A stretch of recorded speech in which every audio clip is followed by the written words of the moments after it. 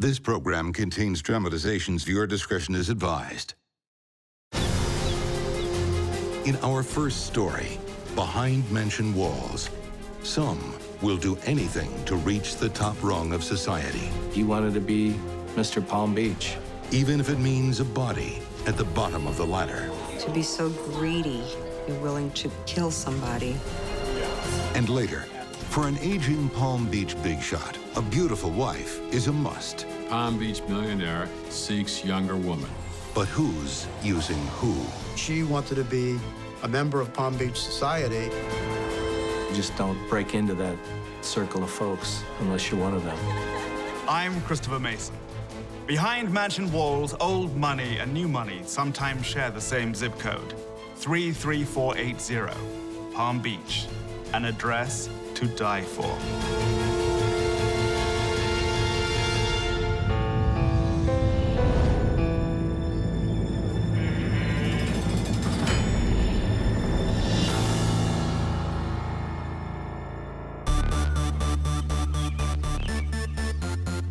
When money retires, or just wants to play in the sun, it comes here to Palm Beach, Florida. Where else can you rub shoulders with the Vanderbilts and the Trumps, all in one very white stretch of sand? Palm Beach is Disneyland for billionaires. I would say wealth would be starting at 100 million. If you want to play the game, if you have less than that, you better stay home.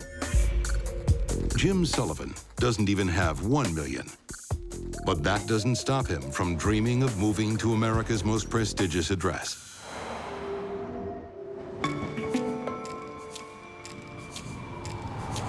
It's a long way from the mean streets of Boston, where working-class Jim grew up. But he hits the jackpot in 1983. His wealthy uncle dies in Macon, Georgia, and Jim lands a $5 million windfall. This was newfound money, and he was a newcomer to it. It's more or less like he hit the lottery. It's chump change by Palm Beach standards, but enough for a makeover from working class to boating class. And with his glamorous wife Lita on his arm, Jim might just pass as a high roller. Lita doesn't need to climb the social ladder. She's from a prominent Atlanta family. Very, very fine people and very influential people in their community. And she's no gold digger either. She married Jim for love before he got his inheritance.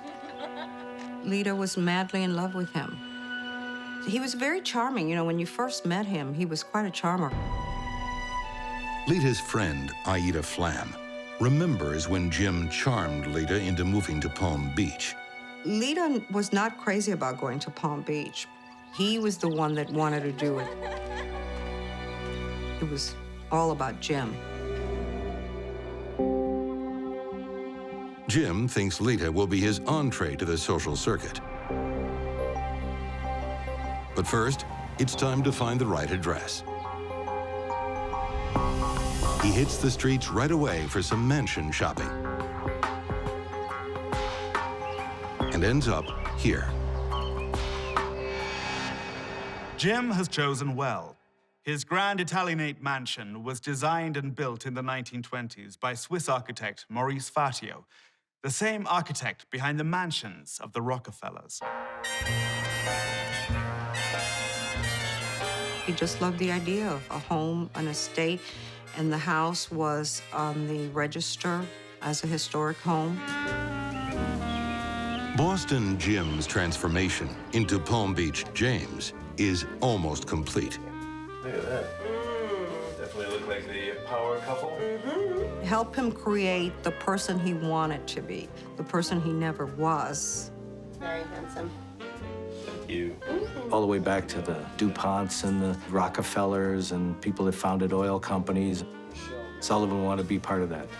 He thought himself to be in that ilk. You see. A quick costume change, and at last, everything is in place. We do. Thank you. James Sullivan, Palm Beach millionaire, is ready for his debut. Palm Beach, here we come. Sullivan wanted to bring himself onto the scene. Palm Beach had a lot of cachet.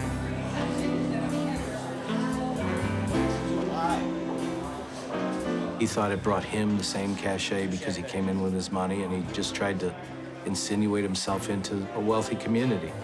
But Palm Beach society gives Sullivan the brush off.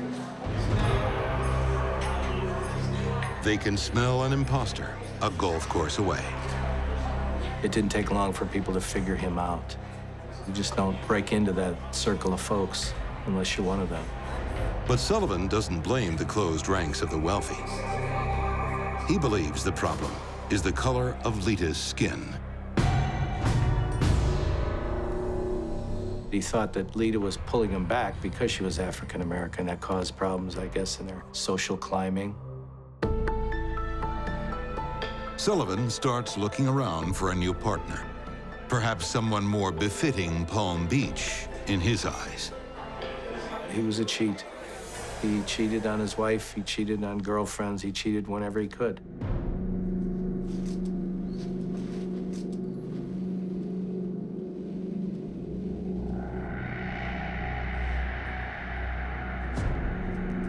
When Lita uncovers her husband's betrayal, she packs her bags and heads home to Atlanta, Georgia.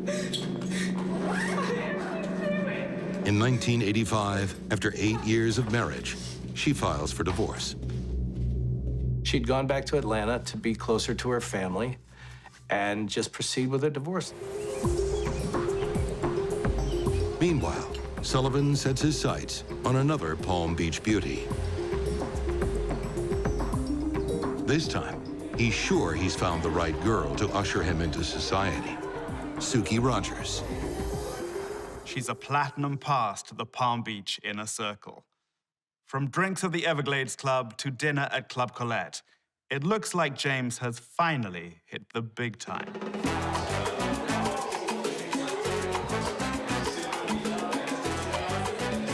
He's attempting to get more into society.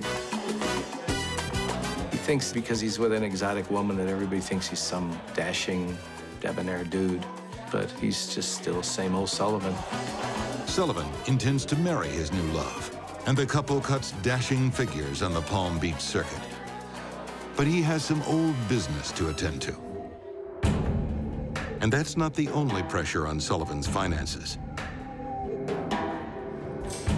After an expensive legal battle, the divorce settlement with his first wife, Lita, is about to be finalized. And she stands to gain half his assets. Sullivan is not happy. He was not going to relinquish anything to her. He didn't believe she deserved anything. He was cheap. There's frugal and then there's cheap. He was cheap. He would take the napkins from the restaurants and bring them home. He was just cheap.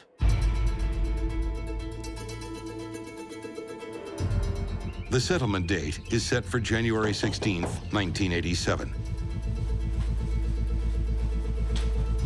But as Lita prepares for the hearing, there's a knock at her door that is about to change everything.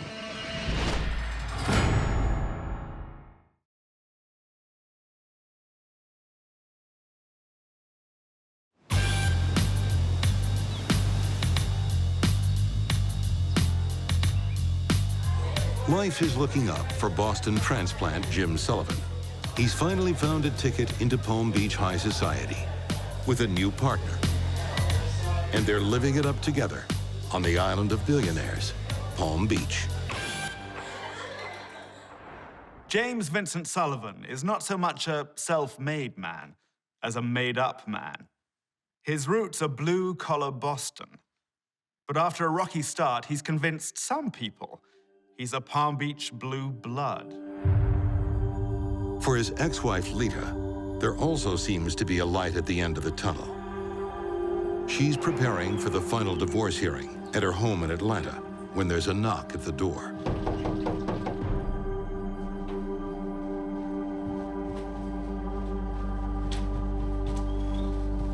She probably thought it was a friend of hers wishing her good luck on the day of her hearing.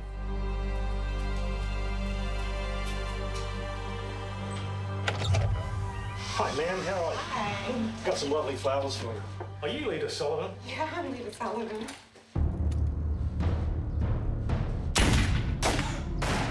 Lita Sullivan is shot at point-blank range with a 9mm pistol. She's left to die in the foyer.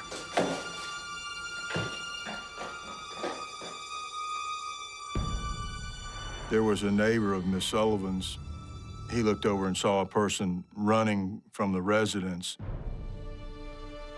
After the person vacated the property, he went into her house and then discovered her lying in the foyer, covered in blood.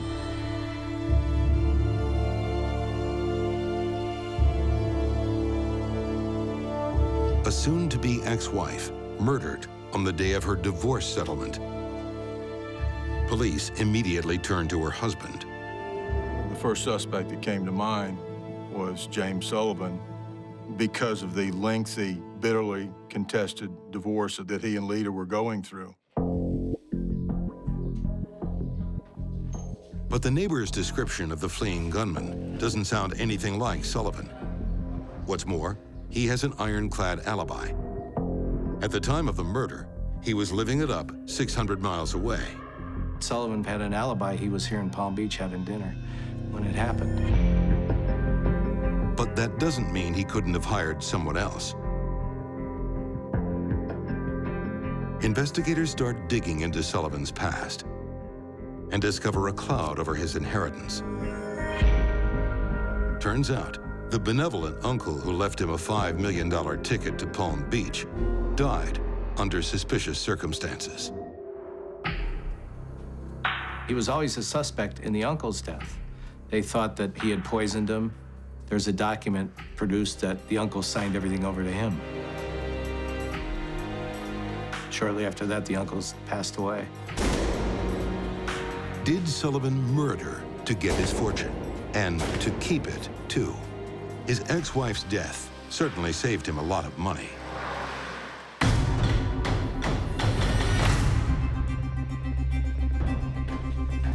The police have enough evidence to warrant a phone tap, and it pays off quickly. Sullivan called a neighbor of Lita's, asking if he had seen anything unusual. Well, that's unusual in and of itself. Why would Sullivan want to know from a neighbor if he saw anything unusual? A look back through Sullivan's phone records yields a telltale trace. There was a collect phone call made from a payphone 40 minutes after the murder to Sullivan's house here in Palm Beach. And that payphone was about a 40-minute drive from the murder along the interstate. Could this have been the hitman calling to say that the job was done? Then investigators hit pay dirt. Sullivan makes a grave mistake, telling a friend his wife was shot with a 9mm handgun. He says she was shot with a 9mm. Yeah, that's right, a 9mm weapon. That information was what we consider holdout information and was not released to anybody other than the investigative team. Yeah, it's really messed up my life. Cops knew that only the shooter or the killer would know the caliber of the weapon. That was another nail he was putting in his freedom coffin. Atlanta authorities want to bring a murder-for-hire case against Sullivan. But they know the phone evidence alone won't be enough for a conviction. So they bide their time. Meanwhile, with Sullivan's ex-wife out of the picture, he can marry his new wife and keep his Palm Beach dreams alive. Just get out of the car. Follow me. Or can he? Jim Sullivan was involved in a minor traffic accident in West Palm Beach, Florida. And at that particular time, his license was revoked. So he told Suki Rogers to tell the police that she was driving the car. Did Sullivan ask his wife to lie for him? He convinces her to stand up in front of the judge and say that she was driving. So that was perjury. Suki is not charged, but Sullivan is, for perjury, and gets 1 year's house arrest. Where are you going? As far away from you as I can get. Maybe not. She's had enough. All you think about is status and money. But there's worse to come. course. Sullivan confesses to Suki that he killed his ex-wife, according to her later court testimony.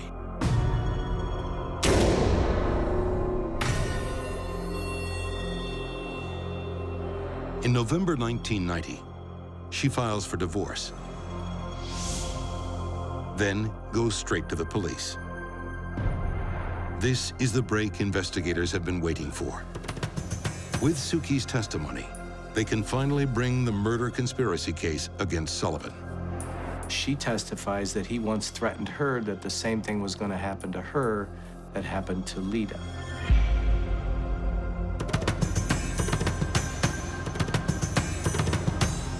Suki said that he had told her that he had had Lita murdered. But when the trial comes, it's a case of his word against hers. In the trial of a multimillionaire, an ex-wife witness is no match for a Top Gun lawyer. The argument goes like this. An ex-wife wants money. An ex-wife is bitter. An ex-wife can't be trusted. The court buys it, and in June 1992, James Sullivan walks free. In Palm Beach, there are often two standards of justice, one for the wealthy and one for the rest of us. It just showed the power of having a good attorney and being able to pay powerful attorneys to keep you out of jail. That was the bottom dollar. If you're rich, you can get away with a lot. 6 long years later, in 1998, Georgia authorities get a new break in the Lita Sullivan case.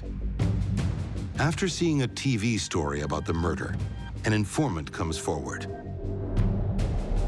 We had a confidential source at that particular time that lived in Texas, and she was the former girlfriend of Tony Harwood. The informant says her ex-boyfriend, furniture delivery man Tony Harwood, once bragged about being hired by a Palm Beach millionaire to kill his wife in Atlanta. Investigators chase the lead. We secured the arrest warrant for Tony Harwood and went to his residence in Albemarle, North Carolina, to arrest him. Harwood confesses and blows the whistle on James Sullivan in exchange for a plea bargain. He gave up James Sullivan's name as being the person that hired him. He said that he was moving his furniture from Macon, Georgia to West Palm Beach, and Sullivan approached him in the mansion about having his wife taken care of, and that he was willing to pay $25,000. Although Sullivan has already been cleared of the charge, detectives can still make a new case. One problem, Sullivan has already left the country. We were able to show through records that he had gone to Costa Rica. He owned a home there for a while. He thought he was safe from extradition. Then he went to Venezuela for a short period and then off to Thailand. Sullivan is a fugitive. For the next 4 years, he hides in 7 different countries before the law finally catches up to him. It was not until 2 agents from a Thai police agency that were training at the FBI Academy saw his picture. When they went home, he was identified and living in this condo community in Thailand. He sat in a Thai prison for a couple of years before he was brought back here, and then tried for the murder here. In 2006, Sullivan goes on trial for murder, with Tony Harwood as the key witness. Sullivan sends his A-list lawyers into battle again. But even his high-priced legal talent can't shake off the facts this time. James Sullivan is convicted of first-degree murder and sentenced to life without parole.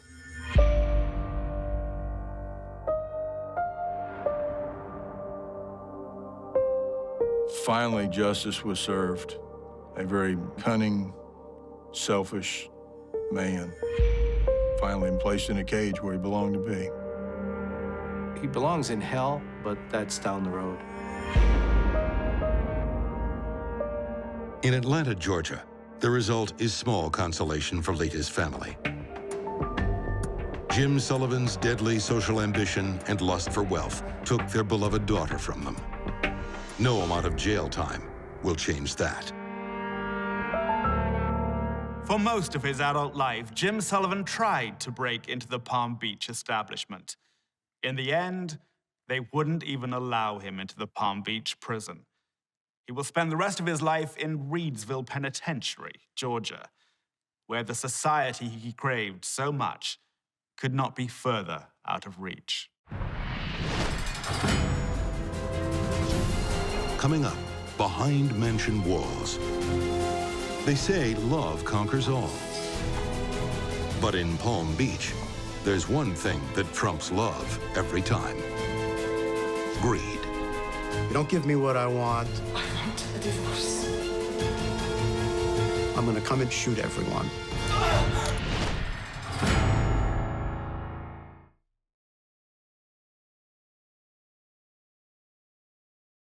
This program contains dramatizations. Viewer discretion is advised.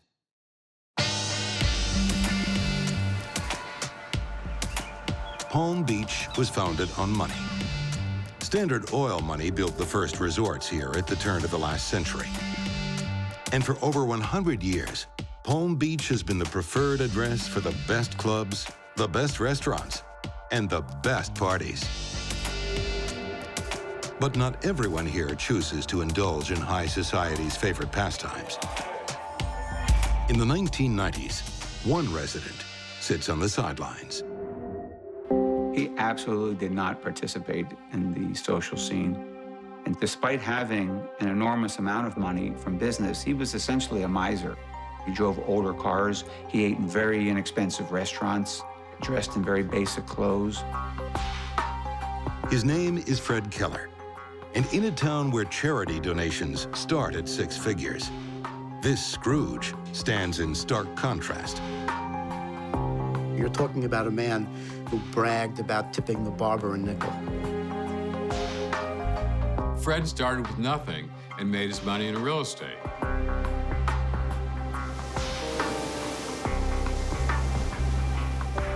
Fred got rich from the dull end of the real estate market. Warehouses and offices. Nothing flashy, but massive earners, just like Fred. His net worth in real estate was approximately $100 million. But you don't make $100 million by simply being a nice guy. Fred is known as a street fighter. Some say he would battle his own grandmother in court for $1. It's just the way he does business. Fred was a very ruthless business person, was suing everybody, very litigious. What kind? 3 o'clock? Buying cheap properties, manipulating people, driving people out. Ugly businessman. Fred Keller's millions have not bought him happiness. After a lifetime of hard bargains, he's growing old, is in the early stages of leukemia, and he's lonely. He's desperately seeking an attractive young wife to take care of him and to provide him with an heir before he dies. Fred met his women through putting ads in the newspaper or magazines saying rich Palm Beach millionaire, seeks younger woman. He's already been married to 4 different women. Now he's looking for number 5. He was a proud German. That's why he placed a personal ad for a nice German girl in a German magazine. His father was pro-Nazi. He taught his son that Germans were superior, and Fred believed every word of it. In the spring of 1992, a love letter arrives with a German postmark. 23-year-old Rose Kyle is everything he'd hoped for. And for this German Rose, Palm Beach Fred is her ticket out of poverty. Rose came from this little town in Germany. She was looking for a way to get out of that little town, out of that life, to find a rich older man and move on. On March 26, 1992, Rose arrives in Palm Beach with nothing but the clothes on her back. But she knows that life with Fred Keller will change all that. Rose came to the United States in response to the personal ad, expecting to stay 2 weeks. She never went home to Germany. Fred confides to her that he has leukemia and perhaps not long to live. She doesn't seem to mind. Both were interested in having a child, and they were married, I think, within 3 or 4 months. 3 years later, the Kellers have a little boy. Fred is so besotted with his new family, he even lets Rose in on his business affairs. Fred tried to bring Rose into the business. Rose was quite bright and was interested in becoming part of the business. Good, darling. At home and at the office, Rose is doing everything right. So Fred rewards her. He started giving her 10% of every new property he would buy in his business. She thought it wasn't that wonderful. The generosity extends to Rose's brother Wolfgang when Fred offers him a job in the firm. Wolfgang Kyle was the younger brother of Rose, and she had brought Wolfgang Kyle over from Germany to get an education.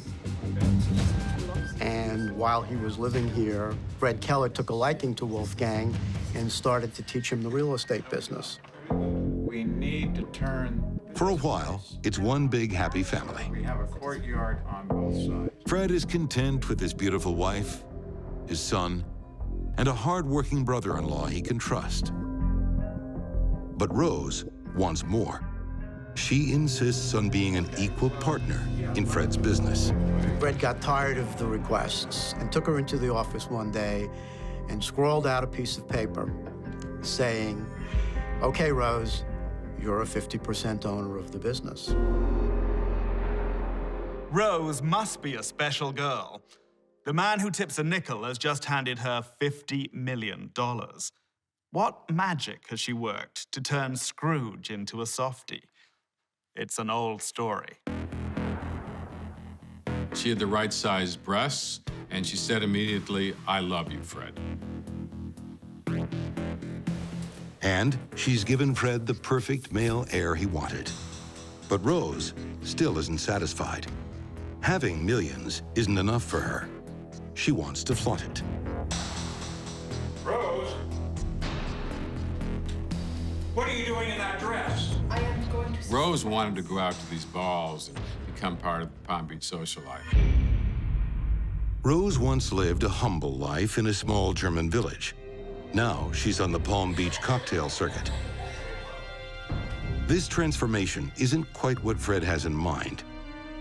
Take that dress off right now and make me dinner. I don't want to hear any more about it. He longs for the small-town girl he married, a stay-at-home mom who'll cook and clean. Fred was a traditionalist, and he felt the mother of his child should be home, taking care of the child, and he became very controlling over her.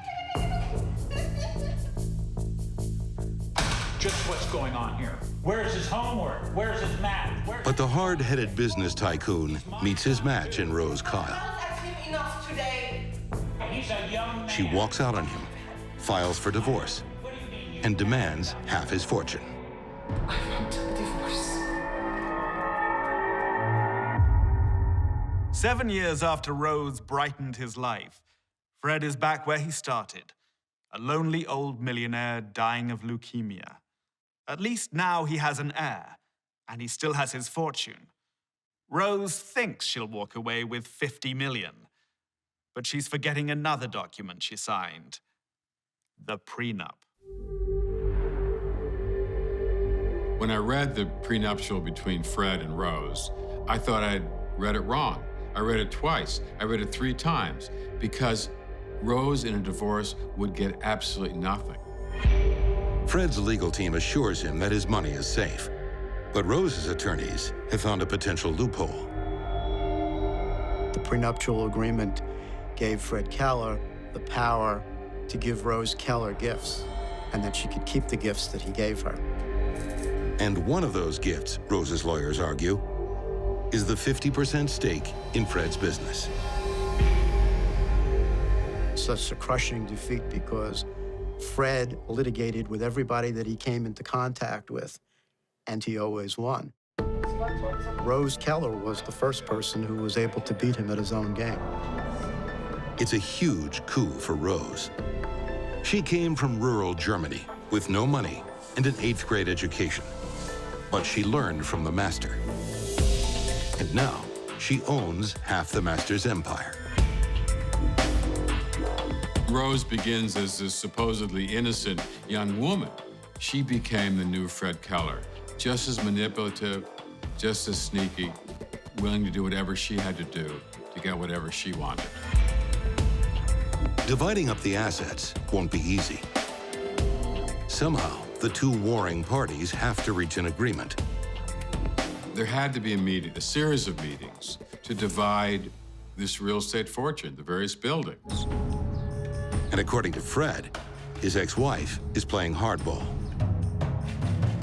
Fred claimed that Rose had called Fred one night and said, if you don't give me what I want, I'm going to come into the business and shoot everyone.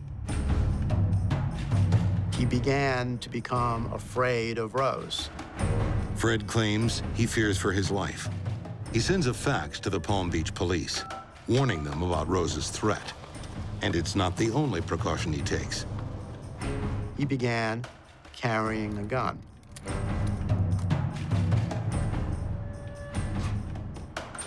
Tensions are high when Fred meets Rose and Wolfgang to discuss splitting the company. I have some coffee for you. And before that day is over, one of them will be dead.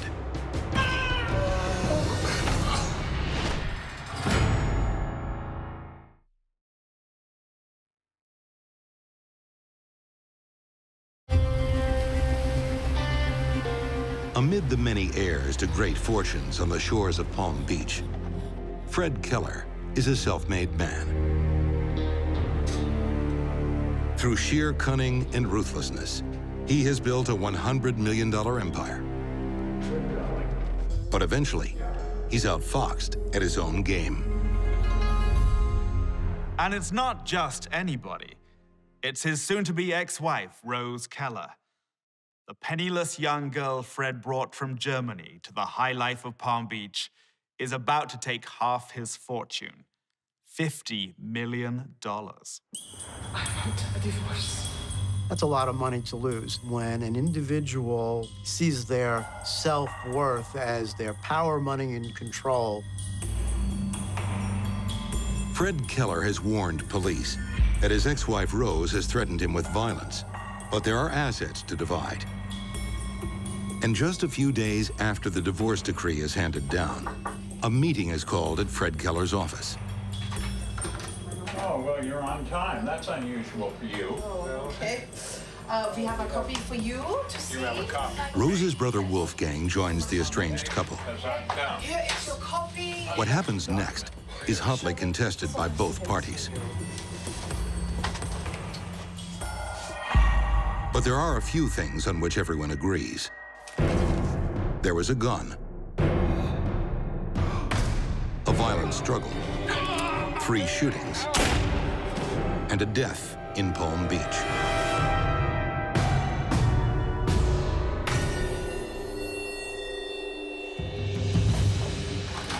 Wolfgang calls the cops.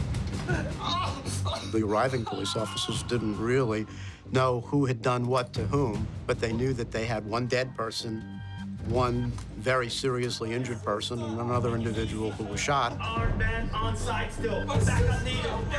Rose Kyle lies dead with a bullet in her neck. Man down, man Wolfgang is on the floor, shot twice. He's alive. 948. Police follow a blood trail to the office next door, where they find Fred sitting in a corner, bleeding from the head.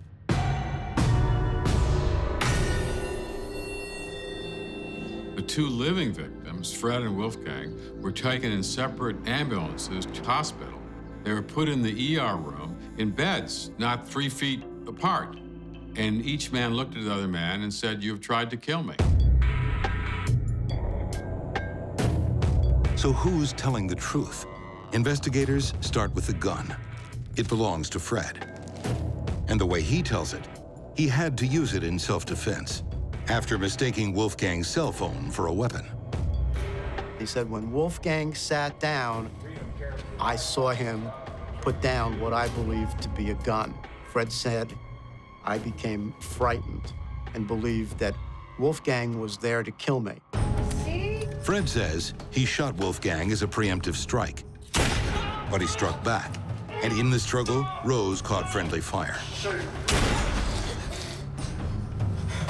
Then, Wolfgang wrestled the gun away and tried to take an eye for an eye.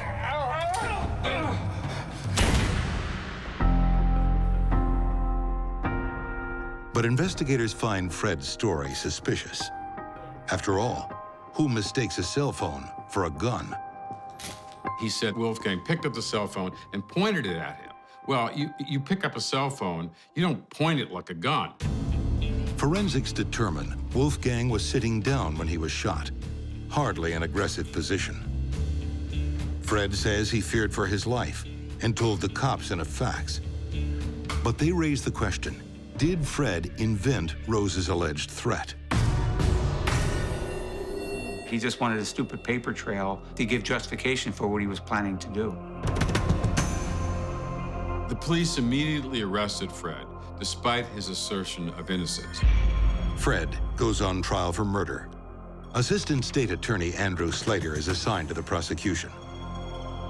Armed with a strong case, he has no way of knowing the twist that's coming. I remember thinking initially, well, murder in an office, they've caught him, they've got a surviving victim, gonna be an easy case. Well, it turned out to be a little bit more complicated than that.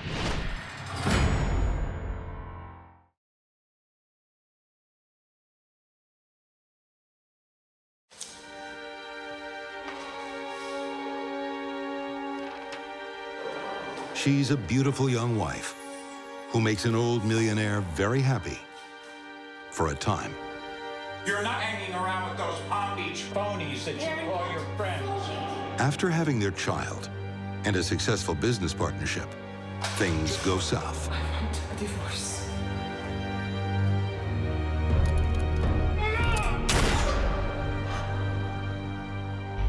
I see it often on the social circuit. At first, they're lighting up the pages of Vanity Fair and Quest magazine.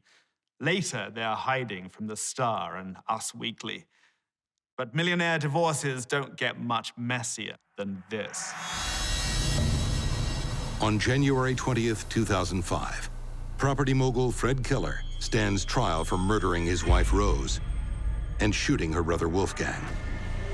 The prosecution thinks they have a strong case. When it comes to motive, Fred Keller had 50 million reasons to take Rose out of his life. Fred believed that if he could eliminate Rose, that he could eliminate the divorce decree, which gave half of everything that he owned to Rose. We have a copy for you to see. Wolfgang Kyle takes the stand and tells the court about the fateful meeting between him, his sister, and her ex-husband. The meeting had hardly begun when Fred pulled out his gun. In Wolfgang's version, Fred Keller was the true aggressor, and Rose's death was no accident.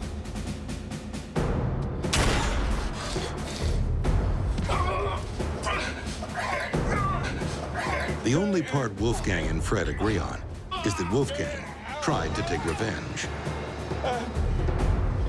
Wolfgang thought he had actually killed Fred because he had shot him at almost point-blank range, but he actually missed him, only grazed Fred Keller. Two survivors with two vastly different recollections. The jury has to decide who is telling the truth, the millionaire or his trophy wife's brother.